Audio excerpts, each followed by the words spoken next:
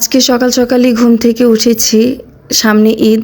ঈদ সামনে রেখে আমার সোফাগুলো যেহেতু আরও ২ বছর আগে আমি পরিষ্কার করেছিলাম, তো লোক ডাকিয়ে আবার নতুন করে সোফাগুলো ধুয়ে আমি পরিষ্কার করে নিচ্ছি। আর কিভাবে সোফাগুলো ক্লিন করছি সেটা আপনাদের সাথে শেয়ার করব। আর সকালে ঘুম থেকে উঠে এই যে আমার নাস্তাটা আমি রেডি করে নিচ্ছি। সবার কিন্তু নাস্তা খাওয়া হয়ে গেছে, আমি একমাত্র বাকি আছি। সবাই যেহেতু ঘরে ভাত খায়, ভাত খেতে পছন্দ করে, আর আমার সকালে ভাত খেতে ইচ্ছা করে না। সকালে আমার অন্তত একটা হলেও রুটি লাগবে, যদি একটা রুটিও হয় তাও আমার খেয়ে তৃপ্তি হয়, আর ভাত একেবারে খেতে ইচ্ছে করে না। তো 2টা ফ্রোজেন পরোটা ছিল, আমি ভেজে নিয়েছি, সেই সাথে 1 কাপ কফি করে নিচ্ছি। রাতে ঘুমের মেডিসিন খেয়ে ঘুমিয়েছিলাম, তো খুব সকাল সকাল ওঠার কারণে প্রচণ্ড পরিমাণে ঘুম পাচ্ছে আর শরীরটাও কেমন যেন লাগছে। তো আজকে তো অনেক বেশি কাজের চাপ, সেই কারণে কফিটাই তৈরি করে নিলাম। আর কফিটা আমি একটু কড়া করেই তৈরি করেছি, কড়া করে তৈরি করলে তাহলে আমার ঘুমটা হয়তো কেটে যাবে। তো এইখানে এই যে আমি 2টা পরোটা ভেজে নিয়েছি, সেই সাথে কালকে রাতের মুরগি তরকারি ছিল, মুরগি তরকারিটা নিয়ে নিচ্ছি। তো আমি এই প্লেটে করে নিতে চেয়েছিলাম কফিটা সহ, কিন্তু দেখলাম যে কফির কাপটা বসবে না, পড়ে যাবে কফি, সেই কারণে আলাদাভাবে আমি নিয়ে এই যে চলে আসলাম টেবিলে। আর এখন পানি 1 গ্লাস নিয়ে তারপর নাস্তাটা খেতে বসে পড়লাম। খুব দ্রুতই কিন্তু কাজ করে নিচ্ছি, কারণ সোফা পরিষ্কার করতে যখন ওনারা চলে আসবে আমি হয়তো অন্য কাজগুলো করতে পারবো না, এতে আমার কাজের একটু ঝামেলা হয়ে যাবে, সেই কারণে একটু দ্রুত করে ফেলছি। তো নাস্তাটা শেষ করে এই যে এখন কফিটা খেয়ে নিব। আর চা কফি কে কে খেতে পছন্দ করেন সকাল সকাল? আমার তো 1 কাপ কফি অথবা চা লাগবে, এটা আমার না হলেই না।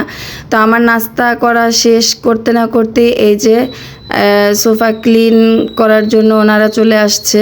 এই যে দেখতেই পাচ্ছেন যে কিভাবে ওনারা আমার সোফাগুলো ওয়াশ করে দিচ্ছে। তো আমি গত 2 বছর আগে একবার ওয়াশ করিয়ে নিয়েছিলাম, তো এখন আবার ওয়াশ করে নিচ্ছি। তো ওয়াশ করার পরেই শুকিয়ে গেলে তারপর আমি কভার লাগিয়ে নিব।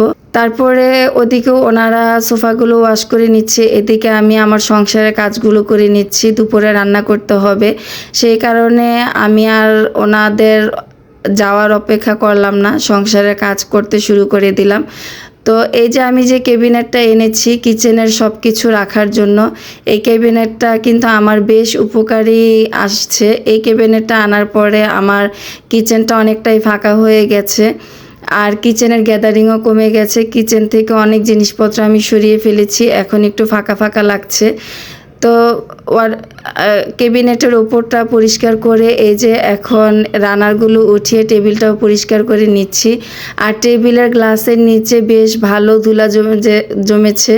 এতদিন যেহেতু টেবিলের ওপরে একটা কভার ছিল, এই ধুলাগুলো দেখা যায়নি, এখন দেখা যাচ্ছে। তো ভাবছি আজকে আর এই ঝামেলাগুলো করব না, আল্লাহ যদি বাঁচিয়ে রাখেন তাহলে আগামীকালকে মেয়েকে নিয়ে টেবিলের গ্লাসটা তুলে তারপর টেবিলের এই যে নিচের যে কাঠগুলো এগুলো খুব ভালোভাবে মুছে পরিষ্কার করে নিব।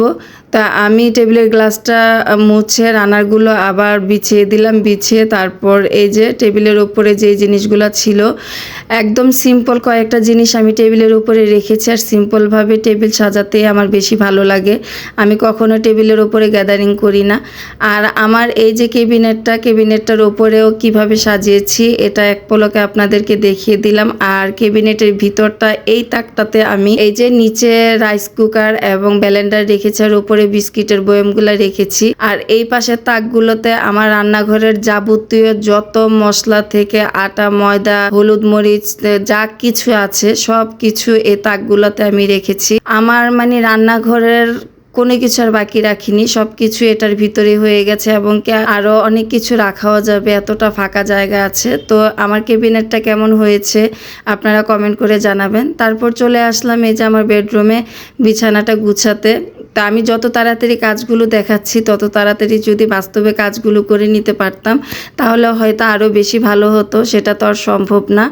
তো যাই হোক, বিছানাটা গুছিয়ে এই যে ড্রেসিং টেবিলটাও আমি মুছে পরিষ্কার করে নিচ্ছি।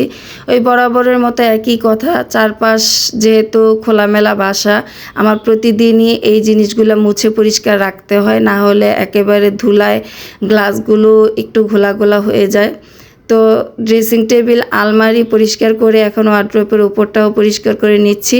তো ভালো থাকবেন, সুস্থ থাকবেন, আল্লাহ হাফেজ, আসসালামু আলাইকুম।